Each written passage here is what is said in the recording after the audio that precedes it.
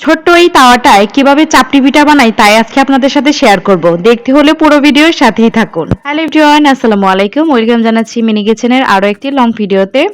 তো দেখতেই পাচ্ছেন আমার কিচেনটা অনেক নোংরা হয়ে আছে, একটু ঝাড়ু দিয়ে নিলাম। আর এই যে আমি এখানে মসুর ডাল নিয়েছি, এখন তো মসুর ডালটাকে আমি ভালোভাবে ঝেড়ে নিচ্ছি, যেহেতু আমি চাপটি পিঠা বানাবো তার জন্য এখানে চাল ডাল দুইটাই নিয়েছি।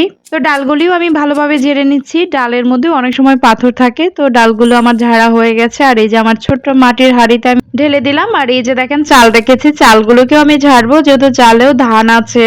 আর চালগুলি আমি পরিষ্কার করে ঝেড়ে নিচ্ছি। এখন আমি চাল ডাল একসাথে ভিজিয়ে রাখবো, যেহেতু আমি চাপটি পিঠা বানাবো তার জন্য কিন্তু চাল ডাল দুইটাই আমার লাগবে। তার জন্য এখানে সেদ্ধ চাল আর ডাল নিয়েছে। এখন আমি চাল আর ডালটাকে একটু ভালোভাবে পরিষ্কার করে ধুয়ে নিব আর কিছুক্ষণের জন্য ভিজিয়ে রাখবো। তো আমি চাল আর ডালটাকে অন্তত 20 মিনিট ভিজিয়ে রাখবো, যেহেতু আমি এটাকে ব্লেন্ড করব তার জন্য আমার এটাকে কিছুক্ষণ ভিজিয়ে রাখতে হবে, যাতে করে চাল আর ডালটা খুব সহজে নরম হয়ে যায় এবং ব্লেন্ড করতে পারি। আর এই যে দিয়ে দিচ্ছি কাঁচা মরিচ, আদা আর পেঁয়াজ।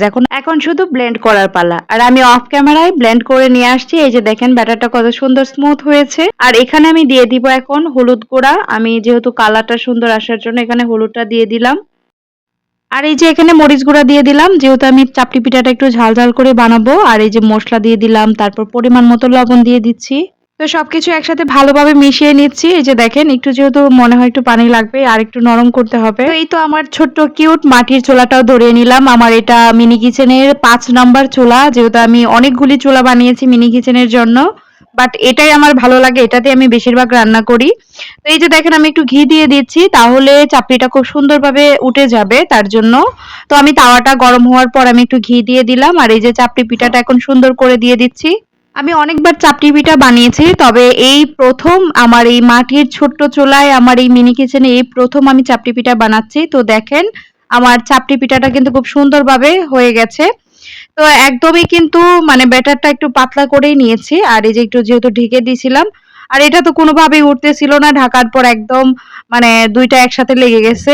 যাই হোক, এই যে দেখেন আমার চাপটি পিঠাটা, আর এটা কিন্তু অনেক সুন্দরভাবে হয়েছে, নিচ থেকে আপনারা দেখলেই বুঝতে পারবেন। আর এটা এত মজা ছিল, এত মজা ছিল, বিশ্বাস করেন।